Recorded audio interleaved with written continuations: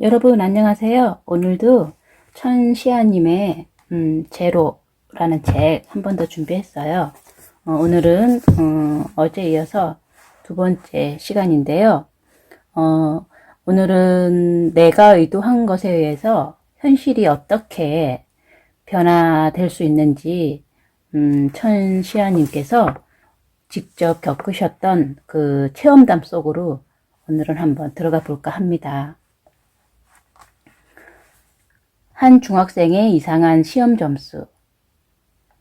나의 의도에 의해 현실이 변화하는 법칙을 내가 언제 알게 되었는지 말해줄게. 나는 어린 시절 기독교를 믿었어.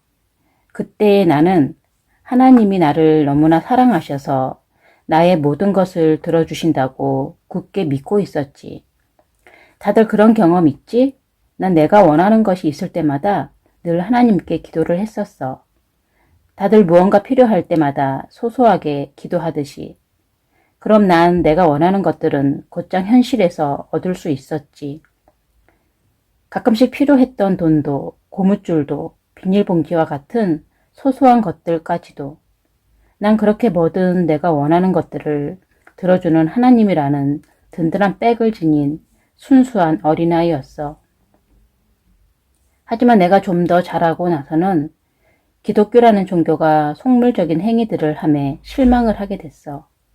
그리고 어쩌면 하나님이란 존재가 예술한 사람으로 규격화된 인격적인 존재가 아닌 더 넓고 강활한 우주라고 생각하게 되었어. 난 여자 중학교를 다녔어. 꽤나 내성적이고 만화를 아주 좋아하는 아이였지. 홀로 조용히 책상에 앉아서 끄적끄적 그림 그리는 것도 좋아했어. 혼자만의 독특한 세계가 있는 아이였지. 외모? 뭐 별로 볼 거 없었고, 공부? 중학교 때는 조금 잘하는 편이었어. 왜냐하면 그림 그리는 거 외에는 딱히 할 일이 없었거든. 그야말로 엄마 말 잘 듣는 착한 아이였지. 아마 중간고사를 보던 때였을 거야. 당연히 시험에 대한 압박도 있었고, 시험을 잘 보고 싶은 마음도 가득했지. 엄마에게 100점짜리 시험지를 자랑하고 싶었거든. 그 당시엔 학교 등수가 다 공개되는 때였어. 성적표에는 수우미양가로 등급도 표시되던 때였지. 그땐 성적표에 우가 있으면 괜히 자존심 상하던 때였어. 근데 분명 다 아는 문제인데도 꼭 몇 개씩 실수를 하게 되더라고.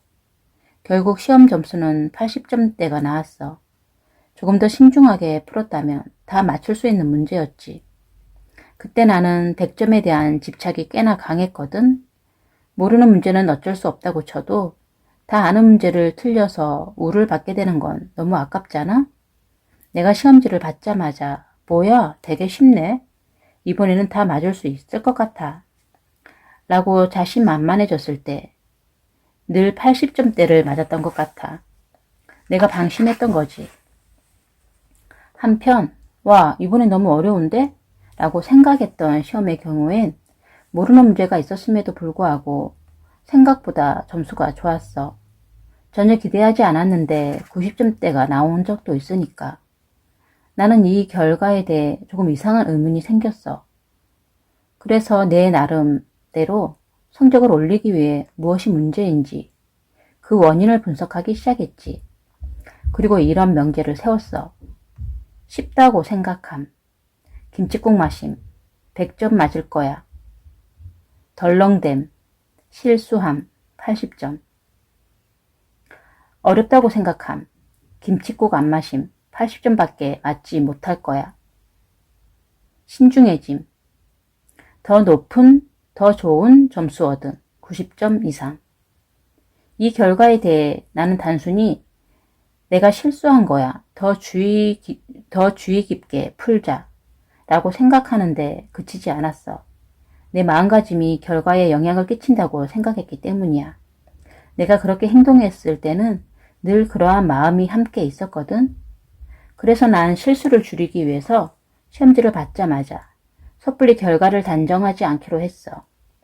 어떤 문제가 나오든 그 문제에 대해 판단하지 말 것.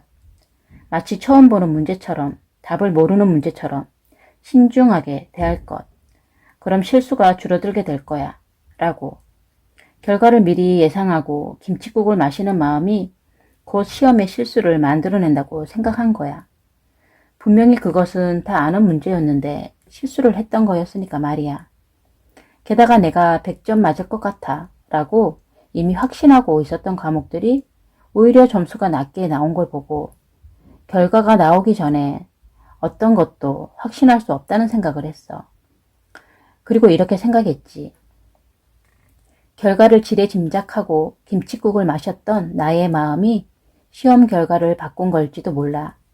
시험 결과가 발표되기 전까지는 점수가 정해진 게 아니야. 더 높은 점수일 수도, 더 낮은 점수일 수도 있어. 적어도 내가 그걸 확인하기 전까진 아무도 모르는 거지. 그렇다면 내가 다 맞았을 거란 생각을 내려놓고 마음을 비우자. 내가 마신 김칫국이 현실을 뒤트는 것이라면 시험 점수가 나올 때까지 김칫국을 마시지 않고 진중한 태도로 시험에 임할 거야. 그 뒤로 나는 시험지를 받을 때마다 마인드 컨트롤을 하기 시작했지. 난 아무것도 모른다. 어떤 내용이 있을지조차 알 수 없다. 처음 보는 이 문제를 하나하나 그저 최선을 다해 풀 것이다. 그리고 그 결과에 대해서 단언하지 않을 것이다. 결과는 점수가 공개될 때까지는 아무도 모르는 것이다. 내가 마음을 비우고 있으면 예상보다 훨씬 더 좋은 점수가 나올 것이다. 난 모든 가능성을 열어둘 것이다. 결과는 어떻게 되었는지 알아? 정말로 점수가 더 좋게 나왔었어. 정말 신기하게도 마음을 내려놓은 과목들은 더 높은 점수를 받은 거야. 원하던 100점들을 받기 시작했어. 그리고 이런 결론에 다다랐지. 현실은 일어나기 전까지는 결과가 규정화되어 있지 않는다. 현실은 내 마음에 따라 반영이 되는데 그것은 내 무의식의 신념이 반영된다. 물론 이건 나만의 마법의 규칙이었어. 그리고 난 이 두 가지 규칙을 적용하여 삶을 바라보기 시작했어. 내 마음을 비우고 바르게 하는데 더 신경을 쓰기 시작한 거지. 재밌는 건 내가 그렇게 믿고 그렇게 바라봤더니 정말 현실이 그렇게 바뀌기 시작하더라고. 이상한 궤변처럼 들릴지도 몰라. 내가 시험을 못 본 걸 합리화하거나 끼워 맞추는 것처럼 느껴질지도 모르지. 그런데 아까도 내가 이야기했잖아.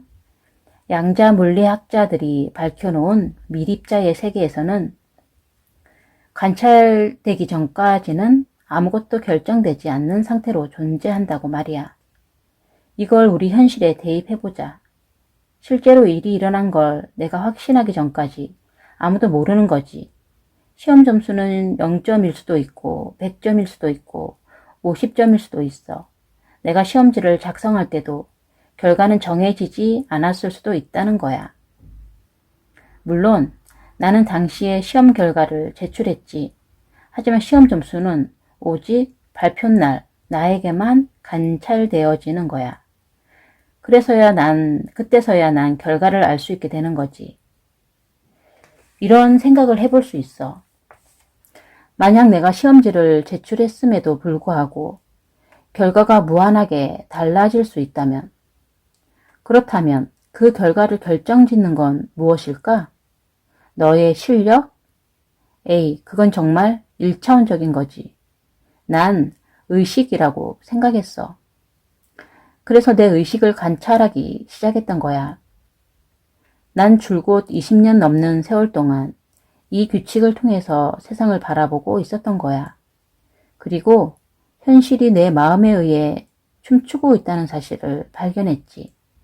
이쯤 되면 어떤 의문점이 생길 수도 있을 거야.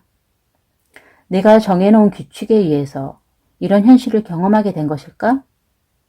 아니면 이 규칙이 모두에게 보편화된 질서일까?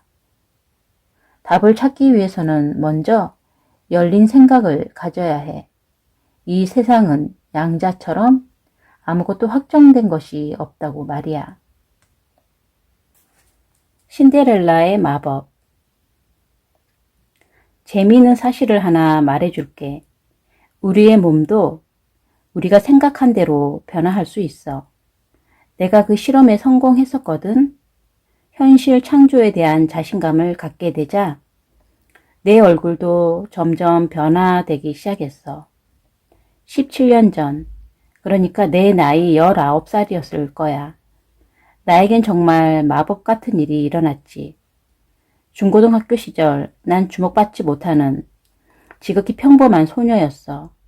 자신감 없는 성격 탓도 있었을 테지만 그다지 눈에 띄지 않을 내 외모도 한몫했을 거야. 속으로 늘 얼굴만 예쁘면 다인가? 마음이 고와야 여자지. 라며 스스로를 위로하곤 했어. 난 남자애들에게 인기라곤 눈꼽만큼도 없는 아이였어. 만화에만 빠져있는 오타쿠 같은 아이였거든. 남자들에게 관심받지 못하는 소녀들은 항상 예쁜 여자들에 대한 동경을 품고 살아가지. 그리고 언젠가는 자신도 주목받을 만큼 예쁜 여자가 되었으면 하는 꿈을 꾸곤 해. 나 역시 그런 꿈을 꾸는 한 소녀에 불과했어. 그런데 있잖아, 내가 현실 창조에 대한 확신을 점차 쌓아가는 동안 예뻐지고 싶다던 나의 바람이 현실로 나타나기 시작했어. 물론 무작정 예뻐지고 싶어 라고만 생각했던 건 아니야. 아주 뜨끈미지근한 희미한 바람으로 난 이미 규칙을 잘 알고 있거든. 이 방법은 나중에 자세하게 알려줄게. 하여튼 내 외모의 변화는 생각보다 매우 빨리 일어났어. 불과 1년 만에 어디서든 사람들의 주목을 받게 됐거든. 아무도 관심 가져주지 않았던 소녀가 어느 순간부터 여신이 되어 버린 거지. 엄청난 화장술을 터득한 것도 아니었고 성형수술을 한 것도 아니었는데 말이야. 외모가 예쁘게 변하게 된 이후에는 틈틈이 사진 모델로 활동하기도 했어. 그때부터 난 전혀 다른 삶을 살게 된 거지. 어디서든 주목받는 반짝반짝 빛나는 여자로서 만나는 사람들마다 내게 이야기했어. 꼭 일본 사람같이 생겼어요. 마치 일본 만화 속 여주인공처럼. 맞아. 난 아마도 매일같이 만화책을 보면서 만화 속 여주인공의 삶을 꿈꿔왔을지도 몰라. 그런데 그 꿈이 현실이 되어버린 거지. 그 이후로 17년이라는 시간이 흘렀지만 여전히 동안 미모를 유지하고 있어. 어떻게 이런 일이 일어날 수 있었을까? 누구나 매년 달라지는 외모에 깜짝 놀란 적이 있지 않니? 우리의 얼굴과 인상은 늘 변화하고 있어. 몸 전체가 내면의 에너지 변화에 반응하고 있기 때문이야. 나도 어떤 날엔 부쩍 나이가 들어 보이지도 못생겨 보이지도 인상이 날카로워 보이기도 했어. 한편 어떤 날엔 매우 순수하고 맑은 아이 같은 모습이기도 했는데 주로 마음이 행복하거나 명상이 잘 된 날이었던 것 같아. 난 일상생활 속에서 시시각각 달라지는 모습을 통해 사람의 외모는 내면의 에너지에 의해 계속 달라질 수 있음을 알게 됐어. 자기 얼굴은 곧 자기 내면의 반영이라는 걸. 하와이 샤먼들의 치유법을 연구한 심리학자 서지 카일리 킹 박사의 말을 빌려 더 자세히 이야기해 볼게. 그의 말에 따르면 신체를 뜻하는 하와이어 키노는 고도로 에너지화된 생각의 덩어리라는 뜻을 가지고 있는데 우리의 몸은 깊은 무의식 속에 의도가 물질화된 것이어서 나의 인식과 태도와 습관을 바꿈에 따라 얼마든지 변화될 수 있어. 우리의 신체가 사실은 진동하는 에너지에 의해 형성된 거라는 말이야. 실제로 우리 몸의 상태는 생각과 느낌에 의해 쉽게 변하곤 해. 한 가지 재밌는 사실을 알려줄까? 몸에 이로운 것을 손에 쥐면 무의식은 우리가 자각하지 못하는 사이에 신체의 힘을 증가시켜 반대로 몸에 해로운 것을 손에 쥐면 힘이 빠지게 되지. 이런 현상을 이용해 나에게 잘 맞는 것이 무엇인지를 알아낼 때 사용하는 오링 테스트를 알려줄게. 만약 어떤 물건이나 음식이 나에게 잘 맞는지 궁금하다면 어떤 음식에 한 손에 올려놓고 다른 손에 엄지와 검지를 오자 모양으로 둥글게 말아. 양 손가락 끝을 힘주어 붙여봐. 그리고 다른 사람에게 나의 오링을 벌려보라고 하는 거야. 이때 평소보다 더 힘이 세어져서 손가락 끝이 잘 떨어지지 않는다면 그 음식은 너에게 좋은 거야. 반대로 손가락에 힘이 빠져서 오링이 너무나도 쉽게 벌어져 버린다면 그 음식은 너에게 해로운 거지. 이건 우리의 신체와 무의식이 아주 긴밀하게 연결되어 있으며 무의식은 현재의식의 한계를 넘어서 내 몸에 이로운 것과 해로운 것이 무엇인지를 이미 알고 있음을 의미해. 오링 테스트의 원리를 좀 더 자세히 설명하자면 다음과 같아. 1. 현재의식이 테스트의 내용을 인지한다. 나는 지금 이 음식이 내 몸에 맞는지 알아보려고 한다.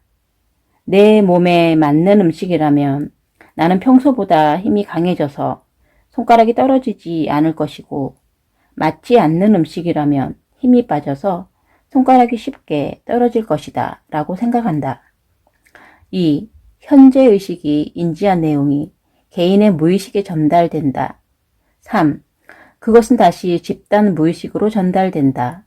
4. 그 내용과 관련된 집단 무의식의 반응 또는 답이 신체의 에너지장에 전달된다. 5.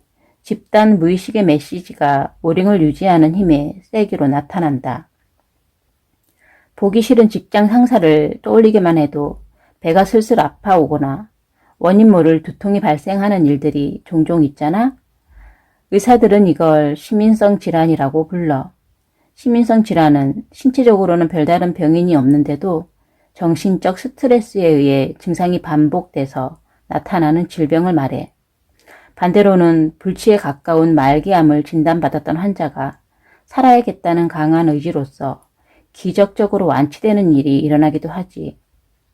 우리의 생각이 몸의 구석구석까지 실질적인 영향을 미칠 수 있는 이유는 바로 생체 매트릭스 때문이야. 이전까지의 의학 상식은 우리의 몸은 체내의 신경계를 통해 전달받은 정보들만을 인식한다고 보았어. 하지만 최근의 연구들은 우리의 몸이 체내의 모든 정보를 전기 신호의 형태로 주고받을 수 있게 하는 생체 매트릭스를 갖추고 있다는 사실을 발견했지. 알버트 센트 조지 박사는 생체 매트릭스의 발견으로 노벨상을 받았는데 이러한 생체 매트릭스가 바로 결합 조직 속에 존재한다고 발표했어. 여기서 결합 조직이란 조직과 조직, 기관과 기관 사이를 결합하는 조직을 말해. 피부, 근골격계, 신경계, 내장기관 등 인체의 모든 세포와 세포를 연결하는 조직을 의미하는 거지. 하나의 연결된 세포라고 생각하면 좀 더 이해하기 쉬울 거야. 이 결합 조직의 생체 매트릭스는 몸의 한 부위에서 어떤 변화가 생기면 즉시 그 정보를 근막 조직을 통해 에너지로 바꾸어 우리 몸 전체에 전달해. 서로 정보를 주고받은 거지. 이처럼 우리의 뇌는 신경계뿐만 아니라 몸의 미세한 생체 매트릭스를 통해서 매 순간 엄청난 양의 정보를 몸 전체에 전달받고 있어. 그리고 그걸 해석하는 거지. 그동안에는 뇌만이 모든 정보를 제어한다고 생각해왔어. 하지만 몸 전체가 정보를 주고받는 하나의 거대한 연결망이자 정보 그 자체였던 거야. 2009년에 최고 화제작이었던 영화 아바타 알지? 아바타의 배경인 판도라 행성 중심부에는 행성의 모든 생명체를 보호하는 신성한 홈트리 나무가 있어. 식물 연구가인 그레이스 박사는 행성의 모든 식물이 뿌리와 뿌리로 연결되어 서로 정보를 교류하고 있기 때문에 그 시스템의 중심인 홈트리 나무에 절대 해를 입혀서는 안 된다고 주장하지. 판도라 행성에서는 식물뿐만 아니라 동물들도 신체의 일부를 맞닿게 하여 서로의 생각과 감정 상태를 공유해 정보를 소통하는 교감 행위를 하는 거지. 물론 극적인 재미를 위한 설정일지도 몰라. 그래도 생체 매트릭스를 생각해보면 결코 터무니없는 상징은 아닐 거야. 생화학자인 글렌 라인은 양자 생물학이라는 책에서 인간의 몸도 결국 양자로 이루어져 있으므로 입자와 파동의 상보성 원리를 따른다고 이야기했어. 생화학자인 글렌 라인은 양자 생물학이라는 책에서 인간의 몸도 결국 양자로 이루어져 있으므로 입자와 파동의 상보성 원리를 따른다고 이야기했어. 우리 몸도 사실 거대한 밀입자들의 덩어리니까 말이야. 실제로 우리의 신체는 무수한 세포와 조직으로 구성된 섬세한 신경 전달 체계 그 자체이며 모든 세포 각각 독립된 개체로서 고유한 에너지를 가지고 있어. 그리고 그것들이 주고받는 미세한 전기 신호들은 특정한 정보를 품고 살아 움직이면서 물리적 변화를 일으키게 되는 거지. 독일의 생물 물리학자 포프에 따르면 세포와 조직은 생체 광자장에 의해 서로 연결되어 빠르게 정보를 교환하고 있다고 해. 이렇게 몸이 주고받는 정보들을 이용해 더 많은 정보를 얻어낼 수 있지. 또 UCLA의 재활의학자 발레리 헌트 교수는 심전도 검사 혹은 근전도 검사를 통해서 해당 부위뿐 아니라 인체의 모든 부위의 정보를 얻을 수 있다고 말했어. 이와 같은 일이 가능한 건 인체의 각 조직 및 장기의 정보 에너지장이 하나로 연결되어 있기 때문이야. 각 진동의 특성을 이해함으로써 장기들의 상태도 이해할 수 있게 되는 거지. 실제로 이런 기술은 인바디나 심전도 검사 등과 같이 우리가 흔히 쓰는 장비들에 적용되고 있어. 덕분에 몸의 다양한 상태를 쉽게 점검할 수 있게 되었지. 우리 몸 자체가 하나의 거대한 정보 체계이며 모두 고유한 진동을 가지고 있다고 생각해봐. 미시 세계에 나의 의도가 만약 변화를 줄 수 있다면 의식의 힘만으로 신체를 바꾸는 일도 가능할 것 같지 않니? 물론 내가 특정 연예인을 상상한다고 해서 내 몸이 그렇게 바꿔지진 않을 거야. 그 이유에는 여러 가지가 있겠지만 그중 가장 큰 이유는 내가 그걸 불가능하다고 생각하기 때문이야. 아마 보통 사람들이 공상과학 영화에 등장하는 초능력을 지닌 여주인공에게만 가능할 법한 일이잖아? 라며 코웃음 치겠지. 하지만 그거 아니? 불가능하다고 제한된 의식세계에서는 당연히 불가능한 반면 가능하다는 가능성을 열어놓으면 전혀 불가능한 이야기가 아닐지도 모른다는 걸. 그냥 이 놀라운 세계에 대해서 순수하게 믿어봐. 넌 어쩌면 생각했던 것보다 훨씬 더 놀라운 세계에 살고 있는지도 모를 테니. 나는 정신 에너지의 사용을 통해 나의 신체, 그리고 내 눈앞에 펼쳐지는 상황까지도 조절할 수 있음을 분명히 깨닫게 되었어. 에너지의 원리는 어디에나 적용되기 때문이야. 분명한 자각이 일어난 이후 난 내가 만들어낸 시나리오를 진정으로 즐길 수 있게 됐지. 우리는 의식을 특정한 방향으로 사용함으로써 몸은 물론 현실까지도 변화시킬 수 있어. 그 핵심은 의식의 컨트롤 능력에 있어. 소위 정신력이라고 부르는 게 바로 그거야. 내 경험상 정신력은 안간힘을 써서 강력히 집중하고 바라는 그런 종류의 힘이 아니었어. 거기에는 에너지의 줄타기와 같은 미묘한 상태가 개입되어 있었는데 자세한 건 뒤에서 차차 설명하기로 할게. 내가 걸으면 길이 된다. 난 내가 하고 싶은 대로 모든 것들을 하면서 살아온 편이야. 누군가가 정해놓은 길을 가기보단 나만의 독특한 이력을 만들어 왔지. 그건 아마도 현실을 창조하는 방법을 알고 있었기 때문일 거야. 난 만화 속에 살고 있는 아이였어. 만화 같은 삶을 늘 꿈꿨던 것 같아. 공상하기를 좋아하는 꿈 많은 아이였다고 볼 수 있지. 내가 말했었지. 중학교 때 난 공부 꽤 잘했었어.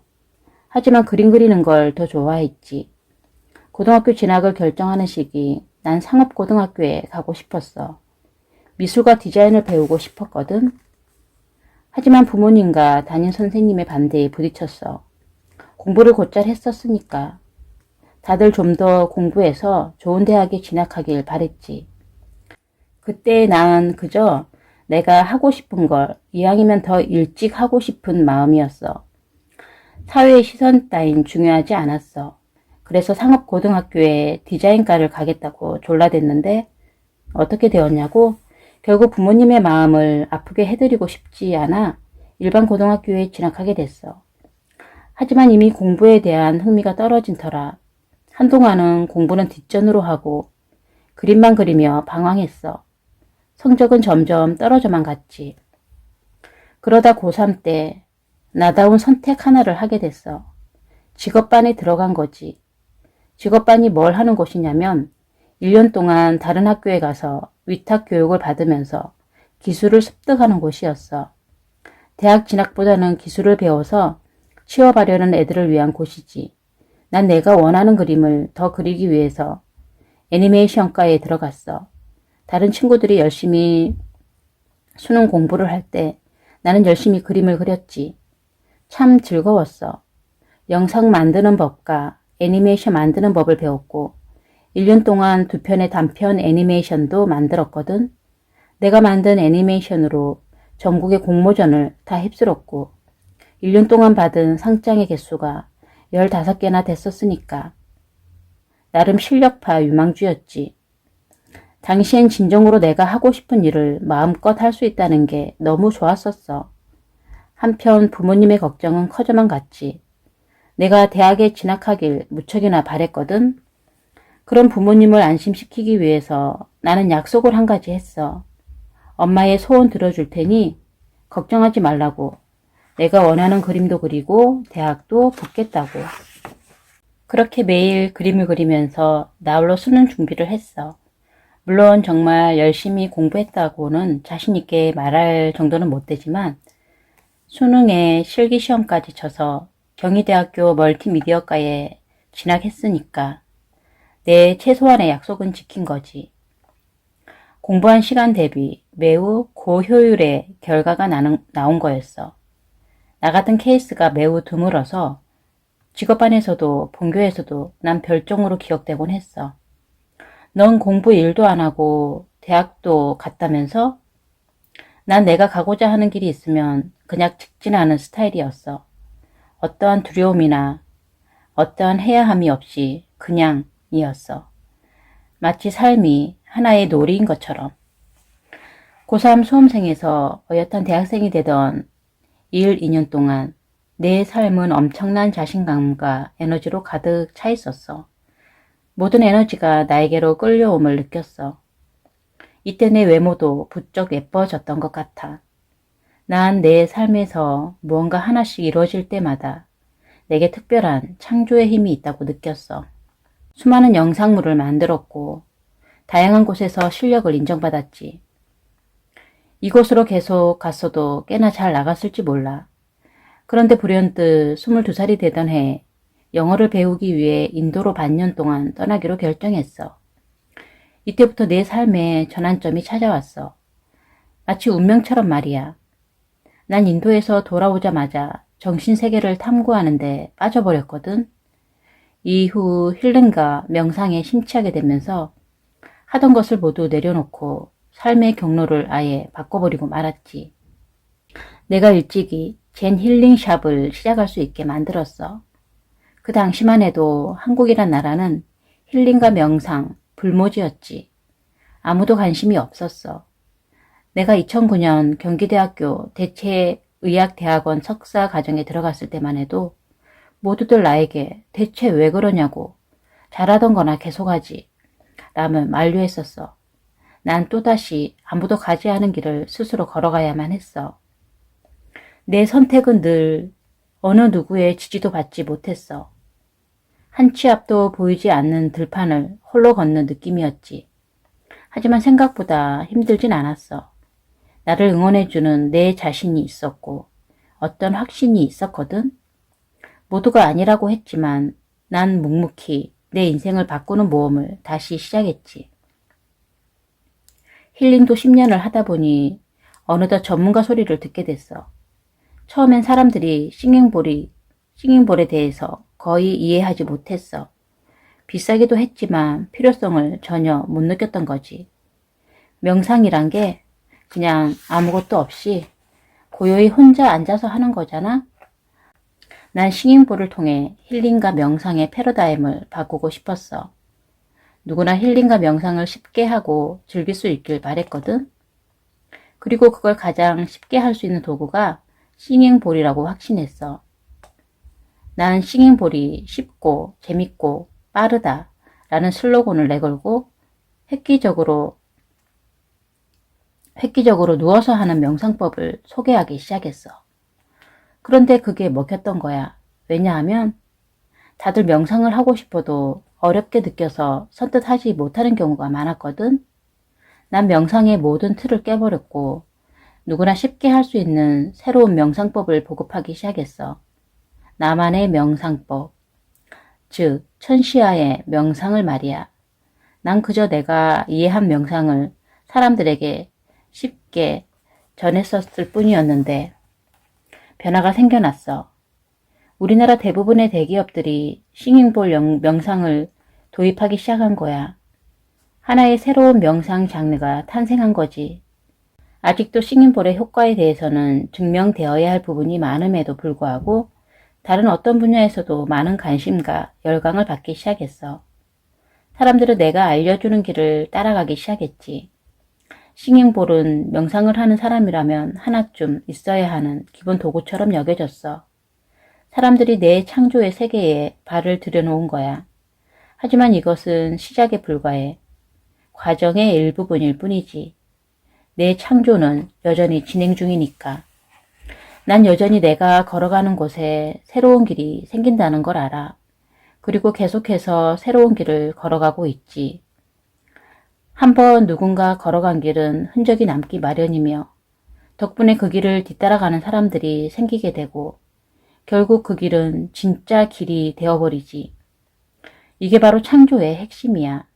나에게 한계라는 건 없었어.